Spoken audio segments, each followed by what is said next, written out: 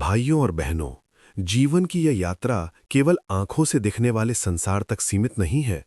मनुष्य का अंतःकरण एक ऐसा आकाश है जहां कभी-कभी ऐसे दृश्य प्रकट होते हैं जिन्हें ना आंखें देख पाती हैं और ना ही बुद्धि तुरंत समझ पाती है। इन्हीं में से एक रहस्य है सपने में भगवान को देखना।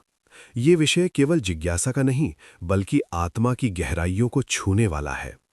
एक छोटे से गांव में रहने वाला माधव नाम का युवक था। बाहर से साधारण, पर भीतर से प्रश्नों से भरा हुआ। दिन भर वो अपने कर्म में लगा रहता, पर रात आते ही उसका मन अशांत हो जाता। वो सोचता, क्या ये जीवन केवल जन्म, पालन और मृत्यु तक ही सीमित है? क्या सचमुच भगवान है, या वे केवल शास्त्रों के पन्नों में ही रहते हैं? एक रात जब माधव ने थके मन से भगवान का नाम लेते हुए आंखें मूंदी, तो उसने एक अद्भुत स्वप्न देखा। उसने देखा कि वो एक शांत वन में खड़ा है। चारों ओर दिव्य सुगंध, मंद पवन और आकाश से गिरती हुई चांदनी। तभी उसके सामने एक तेज प्रकट हुआ। उस तेज में उसे अपने आराध्य दिखाई दिए, मुस्कुराते हुए, करुणामयी दृष्टि से उसे निहारते हुए। भाइयों, सपने में भगवान को देखना कोई साधारण घटना नहीं होती। शास्त्र कहते हैं, यदा भक्तस्य चित्तम शुद्धम तदा स्वप्नेपि दर्शनम। अर्थात जब भक्त का चित्त शुद्ध होने लगता है, तब स्वप्न में भी भगवान दर्शन देने लगते हैं। ये दर्शन न तो अहंकार बढ़ाने के लिए होता है और न ही दिखावे के लिए। ये तो एक संकेत है कि आत्मा अब जगने लगी है। माधव की नींद खुली तो उसकी आंखों से अश्रुधारा बह रही थी। उसका हृदय किसी अनकहे आनंद से भर गया था, पर साथ ही मन में भय भी था। क्या ये केवल मन की कल्पना थी या सचमुच कोई आध्यात्मिक संकेत? अगले दिन वो गांव के वृद्ध संत के पास पहुंचा। संत ने उसकी बात ध्यान से सुनी और मुस्कुराकर कहा, वत्स, सपना भी मन का ही क्षेत्र है, पर जब मन भगवान के रंग में रंग जाता है, तब वही मन दर्शन का माध्यम बन जाता है। स्वप्न में भगवान को देखना वरदान भी हो सकता है और परीक्षा भी। संत ने उसे समझाया कि स्वप्न में दर्शन का अर्थ ये नहीं कि जीवन पूर्ण हो गया। ये तो संकेत है कि मार्ग खुल रहा है। जैसे गंगा का दर्शन करने से प्यास नहीं बुझती, उसमें स्नान करना पड़ता है, वैसे ही सपने में भगवान को देखकर साधना और सेवा में और गहराई लानी होती है। हिंदू दर्शन में स्वप्न को 3 प्रकार से देखा गया है: भोगजन्य, संस्कारजन्य और दिव्य। भोगजन्य स्वप्न वे हैं जो दिन के अनुभवों से बनते हैं। संस्कारजन्य वे हैं जो पूर्व जन्मों के संस्कारों से आते हैं। और दिव्य स्वप्न जो ईश्वर की कृपा से होते हैं। ऐसे स्वप्न जीवन की दिशा बदल देते हैं। माधव के भीतर परिवर्तन शुरू हो गया। अब वो पहले की तरह केवल अपने लिए नहीं जीता था। उसके व्यवहार में करुणा आ गई, वाणी में मधुरता आ गई। वो हर प्राणी में उसी दिव्य झलक को देखने लगा जिसे उसने स्वप्न में देखा था। भाइयों, याद रखना, भगवान का दर्शन चाहे स्वप्न में हो या जागृत अवस्था में, उसका प्रभाव जीवन पर पड़ता ही है।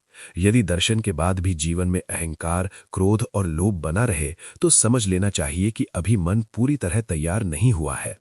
माधव की साधना गहरी होती गई, पर एक प्रश्न अब भी उसके भीतर था। क्या हर किसी को ऐसे दर्शन हो सकते हैं, या ये केवल कुछ चुने हुए लोगों का सौभाग्य है?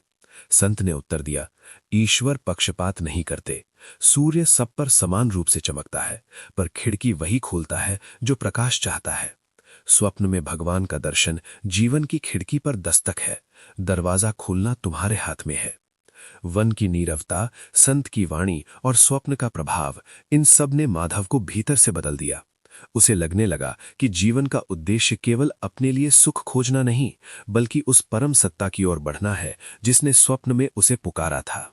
भाइयों और बहनों, जब आत्मा एक बार ईश्वर की ओर मुड़ जाती है, तब जीवन की हर घटना साधना बन जाती है। माधव के साथ भी यही हुआ। स्वप्न में भगवान के दर्शन के बाद उसके जीवन में कठिनाइयां कम नहीं हुईं, बल्कि बढ़ीं। पर अब वो उन्हें संकट नहीं, परीक्षा मानने लगा था। एक दिन गांव में अकाल पड़ गया। अन्न की कमी, जल का अभाव और लोगों के चेहरे पर चिंता की रेखाएं। पहले का माधव भी शायद दूसरों की तरह भयभीत हो जाता, पर अब उसके भीतर एक अटूट विश्वास था, जिसने दर्शन दिए हैं वो मार्ग भी दिखाएगा।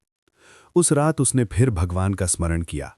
कोई दर्शन नहीं हुआ, कोई दिव्य रूप नहीं दिखा, केवल गहरी शांति उतरी।